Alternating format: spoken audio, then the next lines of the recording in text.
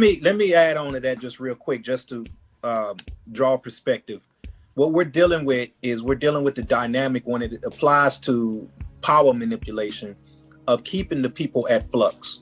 So when the people ask for something, it's because you constantly are feeding emotional responses. And that's really the name of the game and part of the game. So what we're talking about is the highest elected seat in office being used to offset what was done by the previous president. So what we're dealing with is this juggling act of one person is going to the extreme or creating a perception of an extreme, and then the next person comes in and they have to counter that extreme with another level of extreme, and then the one behind that has to go right back and do the same thing. So if you really look at this, to me, it goes right back again down to the intelligence community. The intelligence community, remember that the job of the CIA is to topple governments. How can that not extend to the actual government in which the CIA operates from? I think, and I believe, the intelligence community is behind a lot of the manipulation that is going on and a lot of the course in actions that are taking place in terms of the way legislation and the executive office is being manipulated in the first place. And the people are just basically falling for the whole emotional outpour of the whole process. So even though, like he's saying, that the people are asking for it, they're asking for it because they're operating from a position of options instead of choice. Remember, the idea is to continue to make sure the people do not recognize the power that they hold. And as long as you keep the people at flux, then they do not know how to galvanize their power. So therefore, they don't operate from power, they operate from emotion. And if they operate from emotion, from that standpoint, they're playing right into the hand of those who basically create the cure by identifying or by promoting a problem. So keep that in mind when you talk about the intelligence community.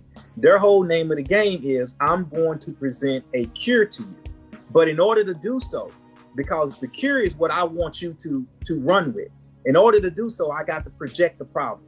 So they create this problem in order to be able to come right back in and swoop and provide you the cure, which is in essence what they wanted to do all along in the first place. In the meantime, here you are fighting within the executive office and executive branch, going from one extreme to the other extreme in terms of perception.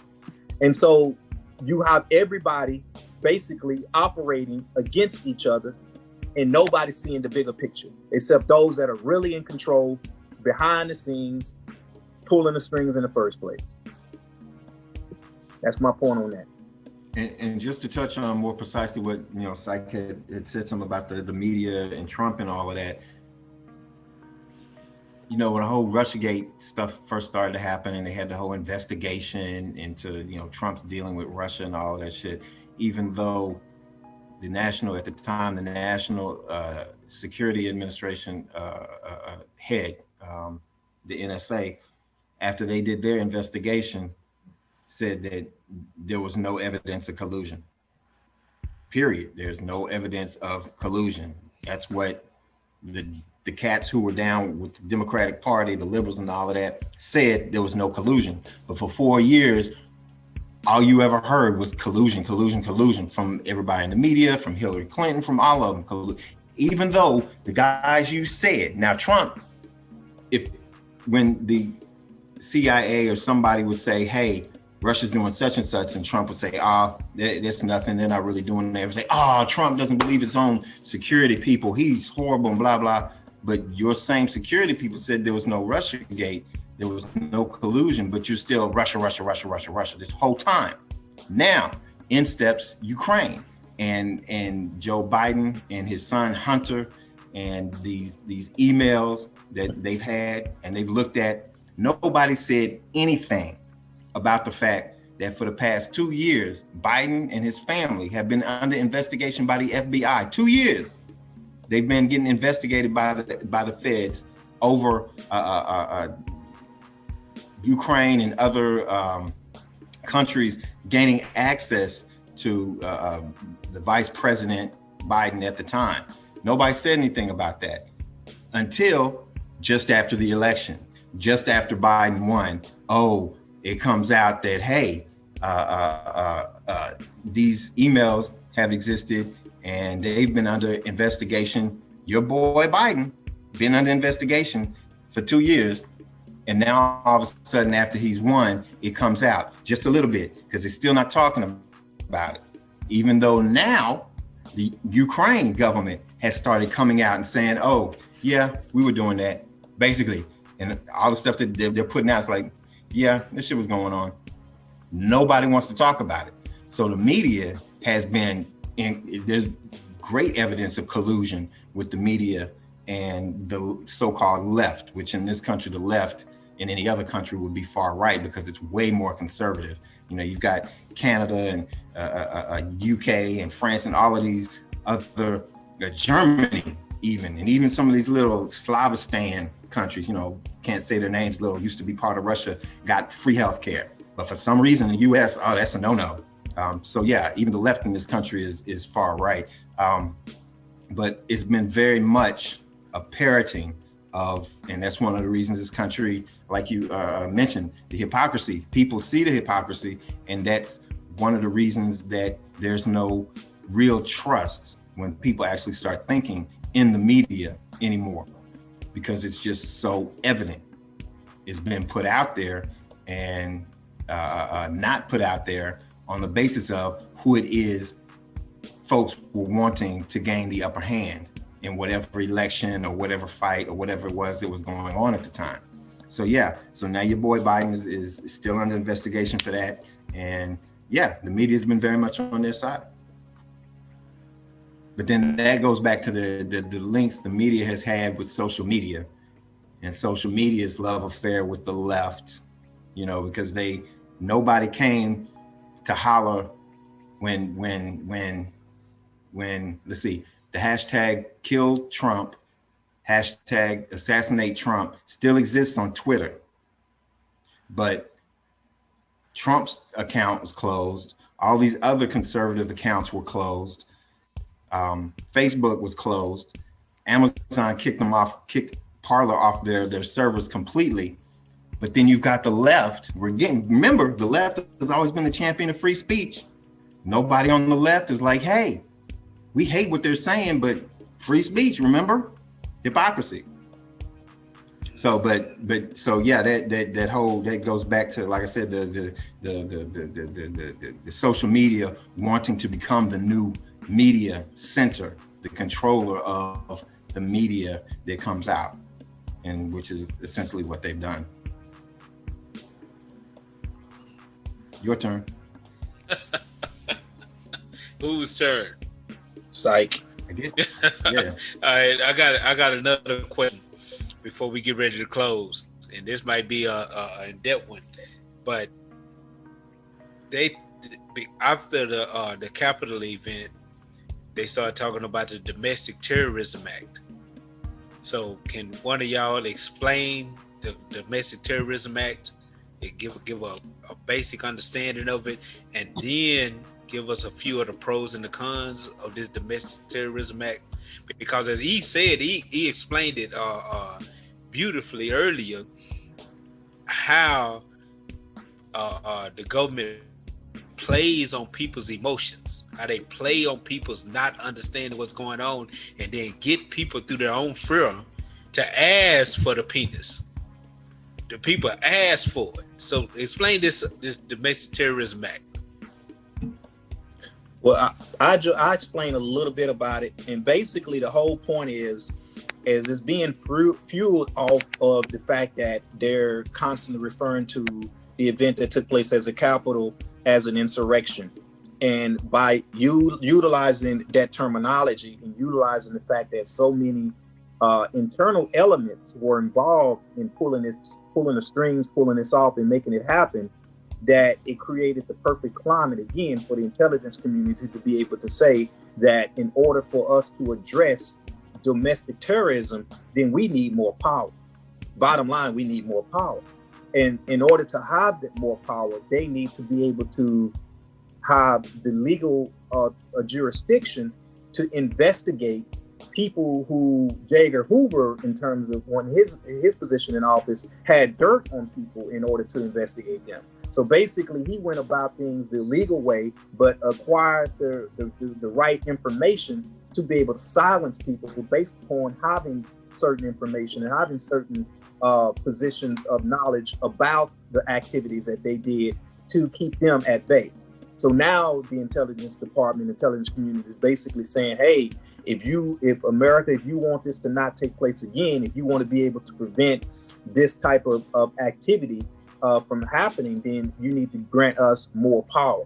So the idea behind this particular bill is to help further consolidate the power of the Homeland Security, Department of Defense, and give the FBI more investigative power, and actually it plays into being able to give the CIA more domestic control and power.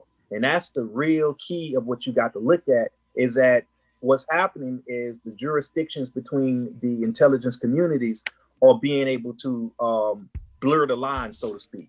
And they're creating this level or this which was done before in the past, this joint force to be able to address across the different jurisdictions and make sure that they have the power necessary to, bring the wrath, so to speak, necessary to address whatever conditions may apply on domestic territory without being out of their legal power and their legal limit.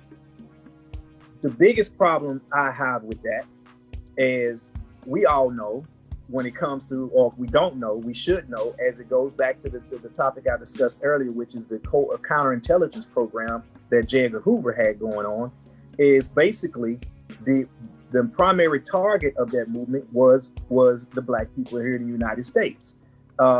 Specifically, the Black Panther Party and the Native American movement was public enemy number one. Before we even go into the whole thing about the bill itself, remember that it was the FBI a couple of years ago, even on up into a few weeks before this insurrection, still considered what they referred to be Black identity extremists as the number one threat in the United States of America. With all of this stuff that has been going on with the neo-Nazis, the Proud Boys, and systemic racism being, brought out, and racism, white racism being brought out of the United States, the FBI still considered the greatest internal threat to the United States Black identity extremism. Remember that. No matter what we've all been seeing going on the circuit, they considered Black identity extremism still to be enemy number one. So when you talk about the aspects of this bill, so to speak, and I would just say the implementations of the bill, it goes back to what they already know how to do and what they've already targeted. So as a cookie cutter technique, and as a guinea pig in dealing with these problems, even though they're calling out white specifically to address white supremacy, it will be the Black organizations and Black people in general that are going to be exercised as the first precursors to be able to test the waters in terms of the authority to utilize this new level of power. So that's the problem. The biggest problem I see is that it goes back to even when we talk about back when the United States called themselves, quote unquote, freeing the slave. They turned right around and created corporate law in a corporation, which was the straw man, and utilized the straw man as the same entity as the rights that they gave black people. From that standpoint, Black people were not considered human beings. So the corporation came in, which was this fictitious entity, and was able to utilize and galvanize around the same rights of Black people. And it's going to be the same thing with this bill. This bill is going to open the floodgates for the quote unquote attack on a Black identity. And mind you, and he can probably jump on all over this, the fact that they would even call it Black identity is a threat. Think of that. The fact that I am saying my Black identity is a threat. That is not a play on words, people. That is precise. Us having an identity as Black people is the greatest threat to the United States internal security. Think about that. Black identity extremism. Me being black is an extreme position that I have, and apparently that means I'm a threat to the United States. Come on. This is why I don't agree with this, is because bottom line is it just further gives power to the intelligence community to enact and to come after the San Diego Black Panther Party and organizations like us for going out feeding the community. And that's what we did. The Black Panther Party of the 60s and early 70s, the greatest threat that made them the greatest threat was the fact that they had the breakfast program. And with the feeding programs, what they did is they educated the children to deal with certain levels of recognizing the power that you have and to be self-determined and to know your black identity. And that is what made the Panther Party the greatest threat to the internal security of the United States, is because when you have a people who know themselves, then they won't fall for this okie doke. They won't fall for this emotionalization and this polarization that continues to happen across the board. You have an intelligent class of people. You have a people who know how to operate and who do not codepend on the system. Remember, it was the Black Panther Party that enacted what was referred to as survival programs in the first place, that basically said, you know what, we're going to do for self. We're going to empower ourselves and not depend upon a system.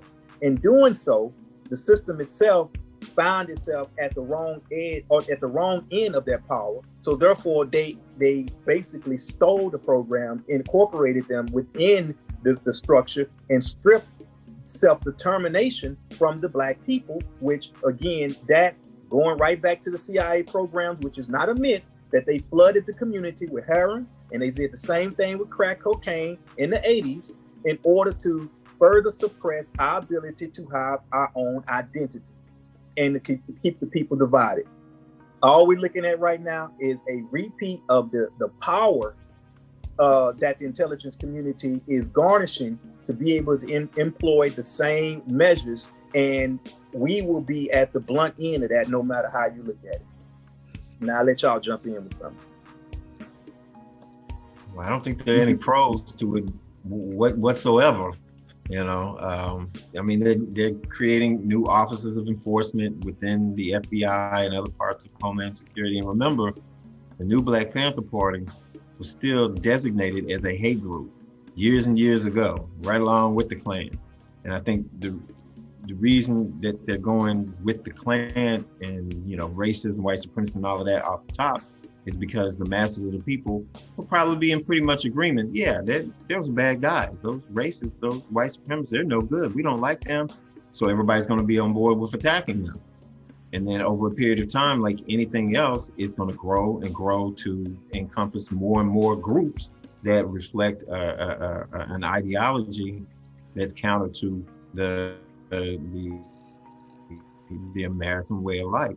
And yeah, like was said, the idea that your black identity, as it has always been, you know, it's like Trump, it's a statement of the truth. And it's crazy that it can be so blatantly put out there and so few people pick up on it, to be told that if you identify with being black, if you're too black, as we define it, as we say, if you're too black, then you're a threat, you know, which, you know, only makes sense. If you living in a country where your race, your group of people to which you belong, you have to be hyphenated. You know, there's a reason that people don't say I'm a white American, because American means white. Every other group of people has to be hyphenated to let everybody know to whom you belong, except for white. They're just American, they're just white because they're the owners. You don't have to hyphenate the owners. The owners belong to themselves. So when you have something that steps outside of that African-American norm, or Afro-American norm, and says something as docile, you know, especially with me, to stay black, you know, that's a step away from the white mentality, from the nigger mentality, to say that you're black. Yeah, that's a good step away. It ain't radical, it ain't revolutionary as to say, you know, I'm an African, you know, that really trip them out. But to just say I'm black has always had a threat in their mind to it, because of their perception of blackness, because they know, and I say it goes back to Francis Cress Welsing and all of those ideas. They know that if all things being equal, they will get swallowed up. They are the weakest people on the face of the planet in whatever field you want to talk about: intelligence, physical strength, fertility, all of it. They're the weakest link. And to assert that, yo, I'm black, I'm proud of being black, is a problem for this country. And like I said, it always has been, but it's funny to me to see it just said so blatantly these days, to be told that your blackness, basically what they're saying is your blackness is a threat to this country, period. Add identity on there if you want to or not, but black, you're a threat just off of being black. You can be white and you're not a threat, but if you're a white supremacist, then you're a threat. But being black alone with no other words around it is a threat. And like you said before, it's a step in the process. The process is unfurling. The 60s was a practice round. They were sharpening and honing their skills and whatnot. And now we've gotten to a point, I think, because of what's going on the world stage with the value of the dollar, with the U.S.'s status in the world being under fire by China, Russia, other places, that there's an act of desperation that's going to play out. And this, domestic terrorism bill and these laws and the offices and the unit, the FBI has the domestic terrorism unit. All of these things are being, I think, accelerated a bit, but it's still playing out in that direction, and it just makes sense. Go back and look at Nazi Germany and how Hitler rose to power, and the steps that it took for him to go from this unknown cat that nobody respected and was, just trying to get his foot in the door, to all of a sudden he's damn near taking over the world. That just happened in just a few short years. But looking at, with the thought police and the what do you call them? I forget them, the stormtroopers and whatnot that came to pass. And you see a lot of similarities between what happened then and what's going on in this country. And still, I don't know. It's my own frustration, I guess, to just see people don't give a shit. And it's just funny to me. And I know that when people start getting arrested, really arrested and beat up, and not black folks, it's all the time. But when white folks start getting slapped around for real because they didn't wear a mask or yelling, oh, they put mace in my face, and all of that type of stuff. Yeah, people will start to maybe start taking notice, and it'll probably be too late. Yeah.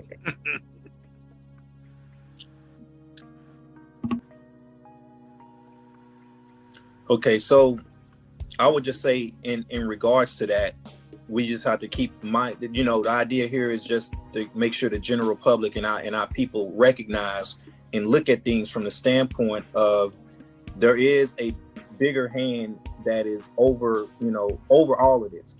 And it ain't Jesus. What's that? It ain't Jesus. Oh, yeah. I guess so. Yeah.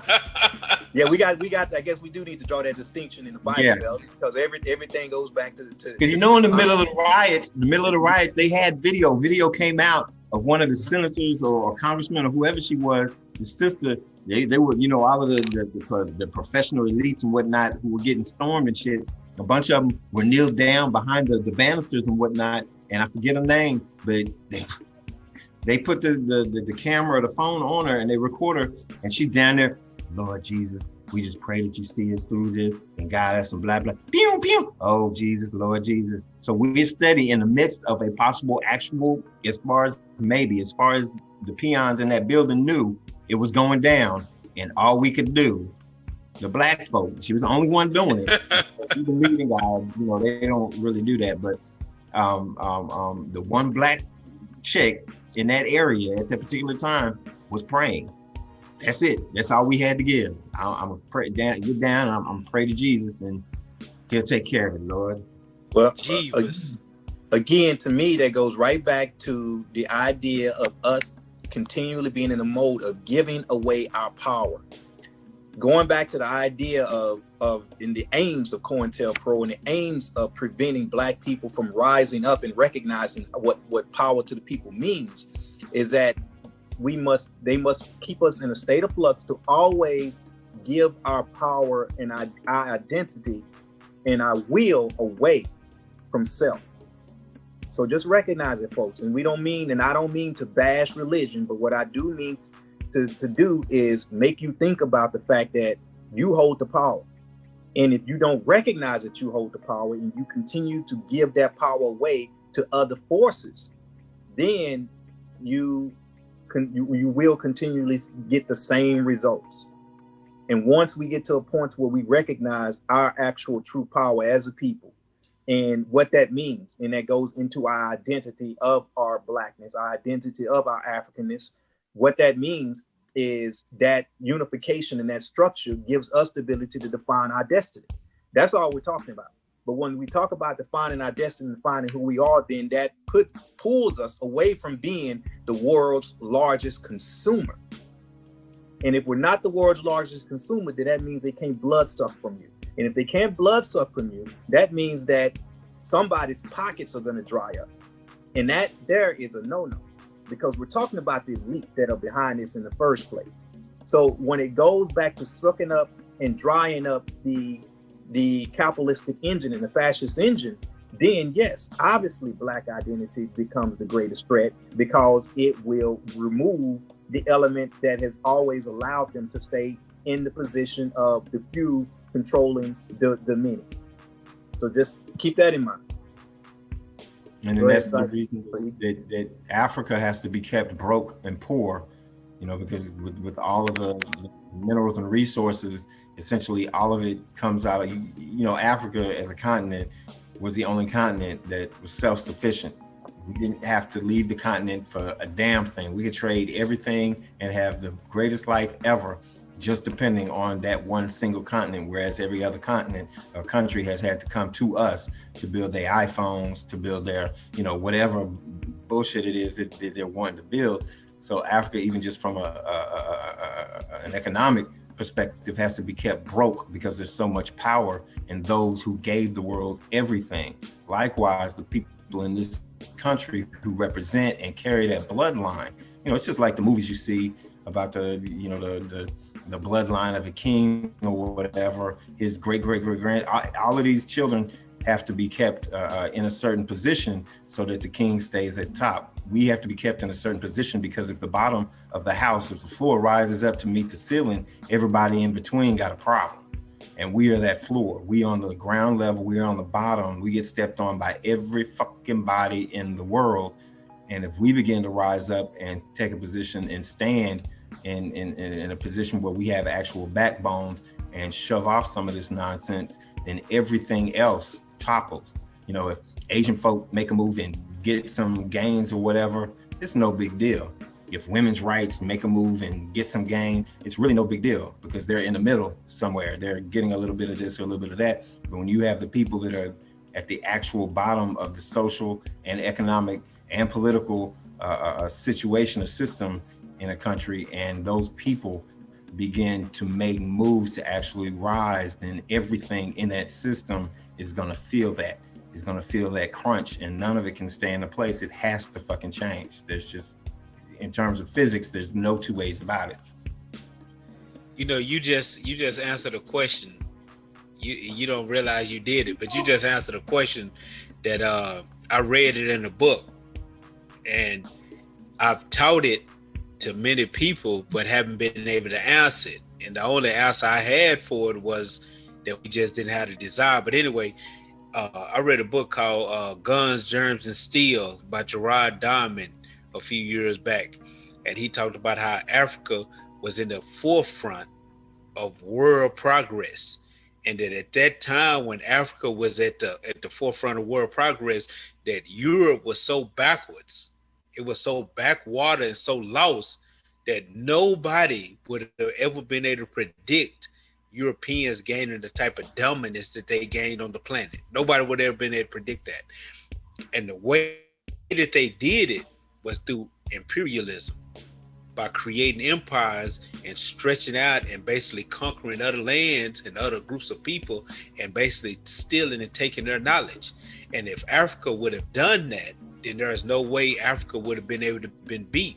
But for some reason, no great nation in Africa ever decided to do that. Even Kemet, as powerful and as great as it was, it never did it.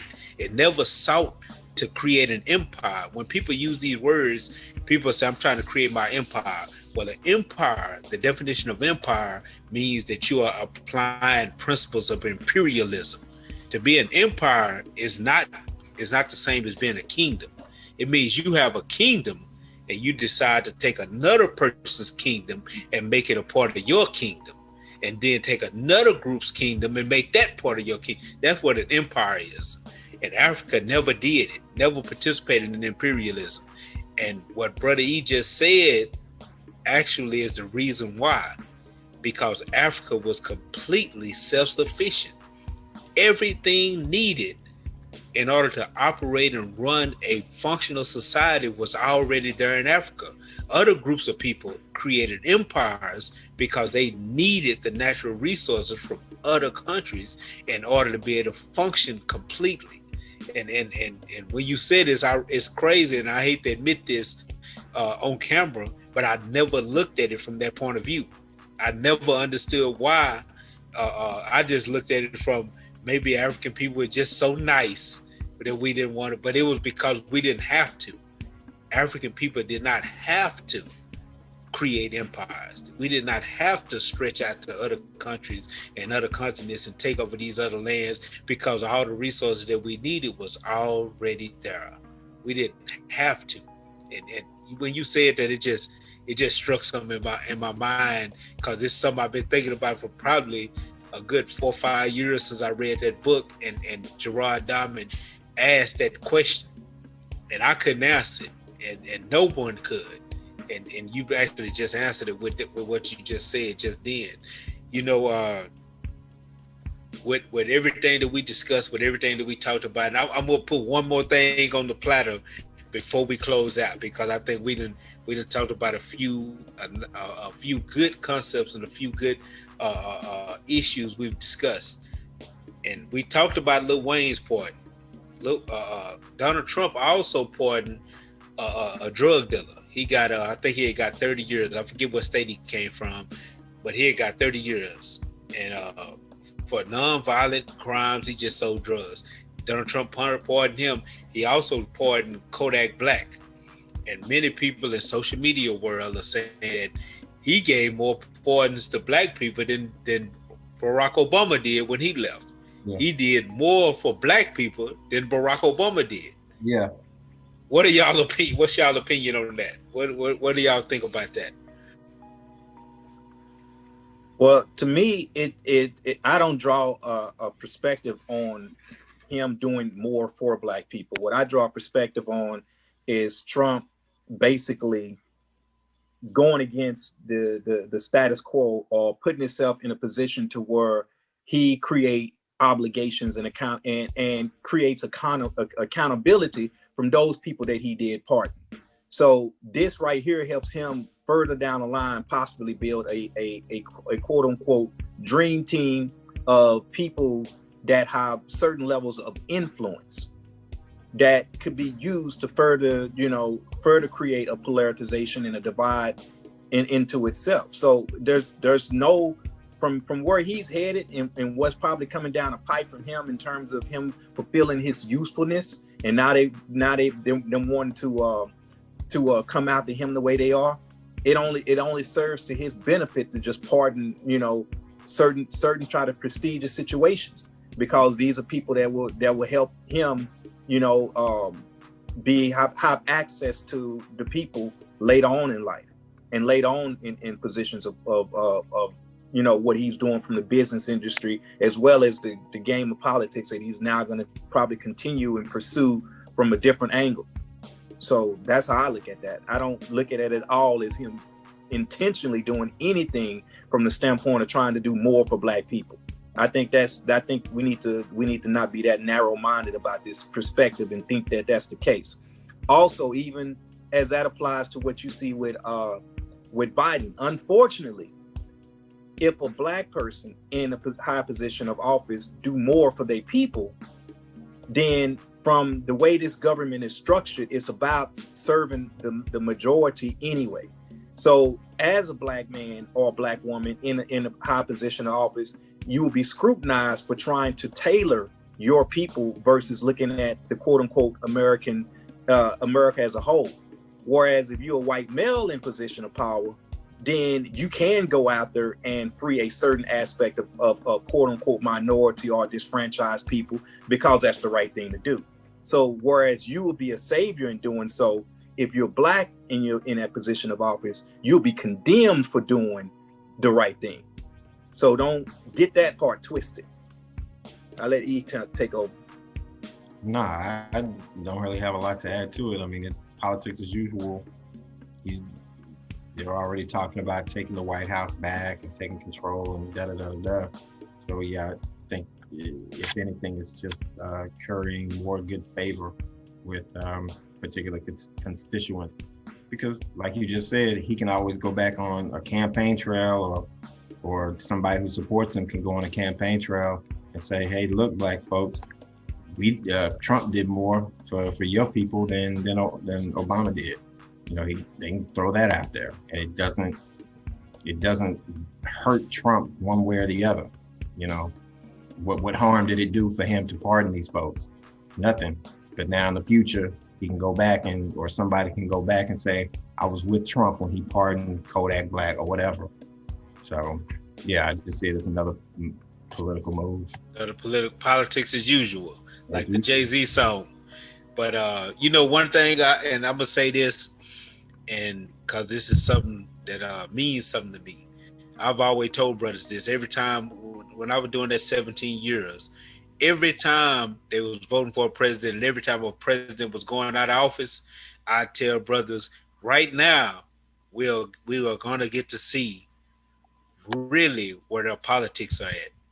Because if these presidents don't pardon Assata Shakur, Mumia Abu-Jamal, and other political prisoners who essentially been placed in either on the run or in prison for the rest of their lives because they were trying to bring freedom to Black people, then I know for 100% fact that these people are not 100% for Black people. If you're not pardoning those who I think really need to be pardoned, like with Obama, I wanted to see Obama pardon Mumia. I wanted to see him pardon Assata and Batula. I wanted to see those pardons come down, and they didn't. So that says a lot to me when we don't see those type of pardons come down. When a Lil Wayne and a Kodak Black can get pardoned, but a Mutulu Shakur can't get pardoned. Mutulu Shakur been in prison 30 years or over. Mumia Abu-Jamal been in prison over 30 years. How the hell Lil Wayne can get pardoned for a crime he ain't been convicted of yet, and Mumia can't get pardoned? Whatever he did, he done enough time for it. But these are things that I look at and how I judge a president as he's going out of office. I agree. I think we'll be foolish, and I'm in on that note, to even think that you can put Lil Wayne, in my opinion, put Lil Wayne and Assata Shakur in the same sentence, and not see why Lil Wayne would be pardoning Assata Shakur. Yeah. Assata Shakur represents resistance, represents the power of the people, represents what it means to buck the system, represents what it means to stand up and rise against oppression. Lil Wayne represents what it means to thrive off of capitalism, to thrive off of booty shaking, to thrive off of ignorance, to thrive off of the lack of awareness. Need I say more? And that link I sent y'all with the Lil Wayne video, he got on a damn Trump hat. This clown got on a Trump hat. I saw some on social media one time that I I couldn't help but like they say every time he turns against his people, he loses a dread. He got a bald spot now. Well, every time he turns against, you know, it's ironic that dreads was created in Kenya as a symbol of resistance. It was created. The hairstyle wasn't created in Jamaica. It was created in Kenya by the Mau Mau as a symbol of resistance, and then it went to Jamaica. But it was created in Kenya by the Mau Mau as a symbol of resistance. So here he is going against his people consistently, and his dreads are constantly falling out.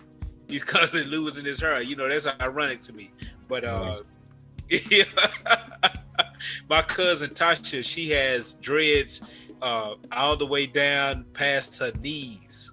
I don't know if y'all seen the picture of Tasha lately. Mm-hmm. She has dreads all the way down past her knees, and her hair is long, natural. That's her hair. And you know, people say that black women can't grow hair that long. Her hair is long as hell. And it's ironic. I bring this up before we get ready to close because it was E's speech about her and black people's hair that made her cut her perm off, because she had long hair, but she had it permed. And she went after E gave a speech at the headquarters way back in 2001, I believe it was, early 2001.